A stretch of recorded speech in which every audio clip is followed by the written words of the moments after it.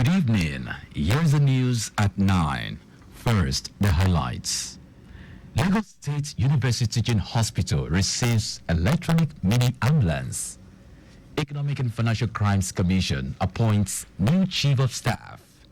On the foreign scene, Russian missiles attack power plants in central western Ukraine. And in sport, teenager breaks road mile world record. Now the details. I am John Omoaka.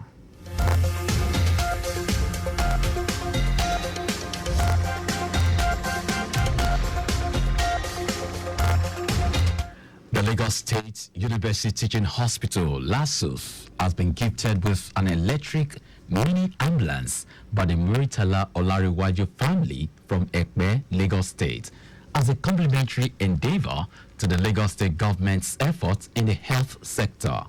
Expressing gratitude on behalf of LASUF management, the Chief Medical Director, Adetokunbo Fabanwo, said the entire management of the hospital is grateful for the donation, as this was an addition to the number of ambulances in the hospital and it will be put to good use. Muritala Olariwaju was family initiated this noble gesture, said the donation is the family's way of contributing to the good work the Lagos State government is doing through the management and staff of LASUF, saving lives and promoting well-being in the state. Lagos State government has emphasized the critical role of maintaining a clean environment in the fight against malaria. Commissioner for Health, Akin Abayomi, said there is an urgent need to intensify efforts against the disease, especially in malaria endemic regions like Lagos. Abayomi stressed the importance of a community awareness and involvement in promoting preventive measures to reduce malaria transmission. The Commission noted that preventive measures such as the use of insecticide-treated bed nets, indoor residual spraying, and timely administration of anti-malaria drugs as proactive steps to protect residents. Abayomi reiterated that while malaria is treatable and curable, negligence in adopting preventive measures can lead to severe complications. As part of efforts to strengthen the leadership proficiency and understand the intricacies of economic management in the public sector, fellows of the Lateef Jakonde Leadership Academy, LJLA, have completed a 4-day executive course facilitated by top academia from the Lagos Business School, Pan Atlantic University. The 4-day curriculum featured the complexities of governmental budgetary processes, economic policy formulation, and a robust toolkit of indicators and analytical methodologies, where fellows earn their skills in forecasting economic trajectories with precision. Executive Secretary of LJLA, Aisat Agbaje Okwade, emphasized the importance of the 4-day executive course as a means to equip fellows with the skills and mindsets necessary to effect positive change in their fields by embracing the principles that promote economic prosperity. Lagos State Head of Service, Bode Aguru, has commended the Minister of State for Youth, Ayodele Olawande, for his steadfastness, commitment, and dedication to engaging youths in government activities. Aguru gave the commendation while welcoming the minister to his office at the Secretariat, Alausa Ikeja, stressing that for any nation to thrive, youths should be engaged in all decision-making processes and should not be neglected in any way. He assured the minister of the state government support in initiating policies and programs towards the positive development of youths, especially in Lagos.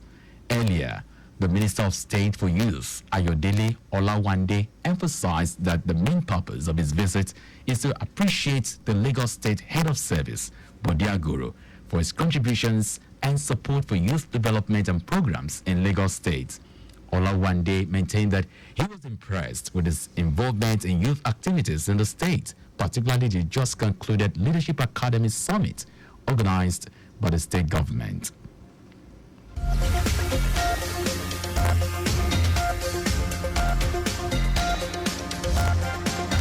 Now to the rest of the stories.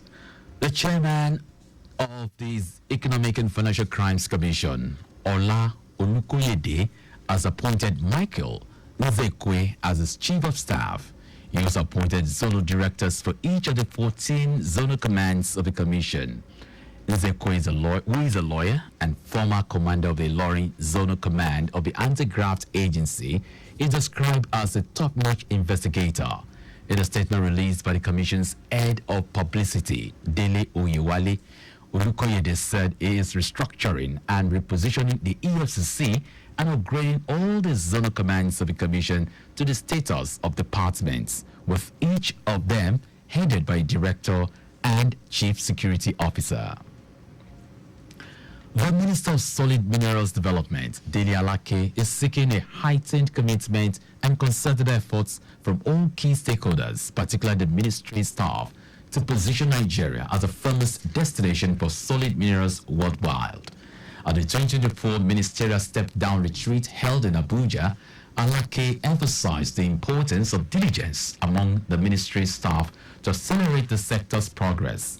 He described the retreat as an opportunity to brainstorm and devise strategies for translating the ministry's mandates and objectives into tangible results. Addressing the performance issue, he reiterated President Bola Tinubu's stance that ministerial appointments are based on merits and performance, emphasizing that those failing to uphold due diligence would face consequences. Now to foreign news.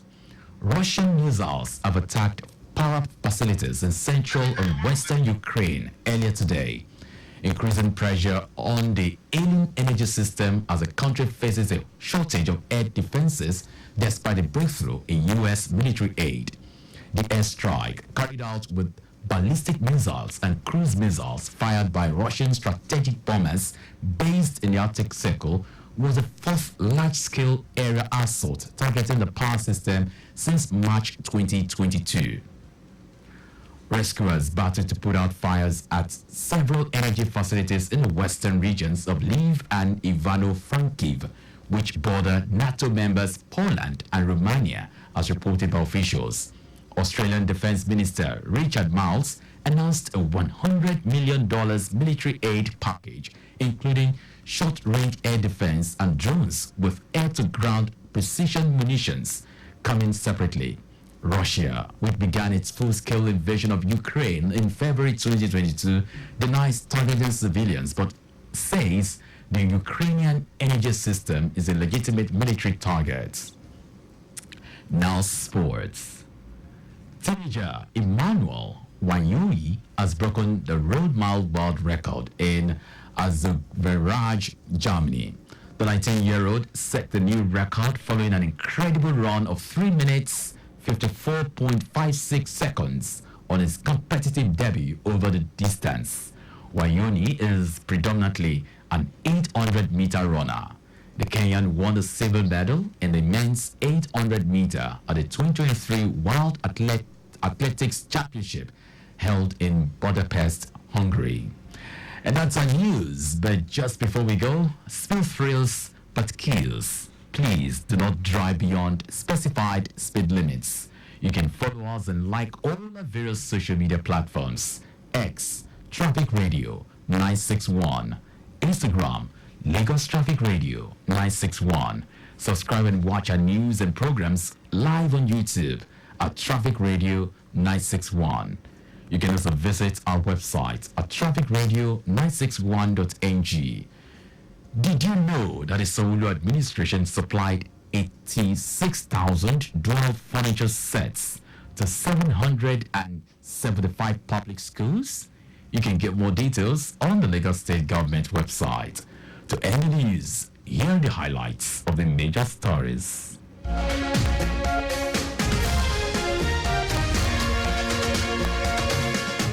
The Lagos State University Teaching Hospital, LASUF, have been gifted an electric mini ambulance by the Muritala Olariwaju family from Ekpe, Lagos State, as a complementary endeavor to the Lagos State government's efforts in the health sector. The chairman of the Economic and Financial Crimes Commission, Ola Olukoyede, has appointed Michael Nzekwe as his chief of staff. We also told you that Russian missiles have attacked power facilities in central and western Ukraine earlier today. increasing pressure on the alien energy system as the country faces a shortage of air defenses despite a breakthrough in U.S. military aid. And in sports, teenager Emmanuel Wanyuri has broken the road mile world record in Zuzerange, Germany today. For contact with the newsroom, send a message to info@trafficradio961.ng. That ends the news broadcast compiled by Adesua Ejoyoka. I am John Omoaka. Thank you very much for listening.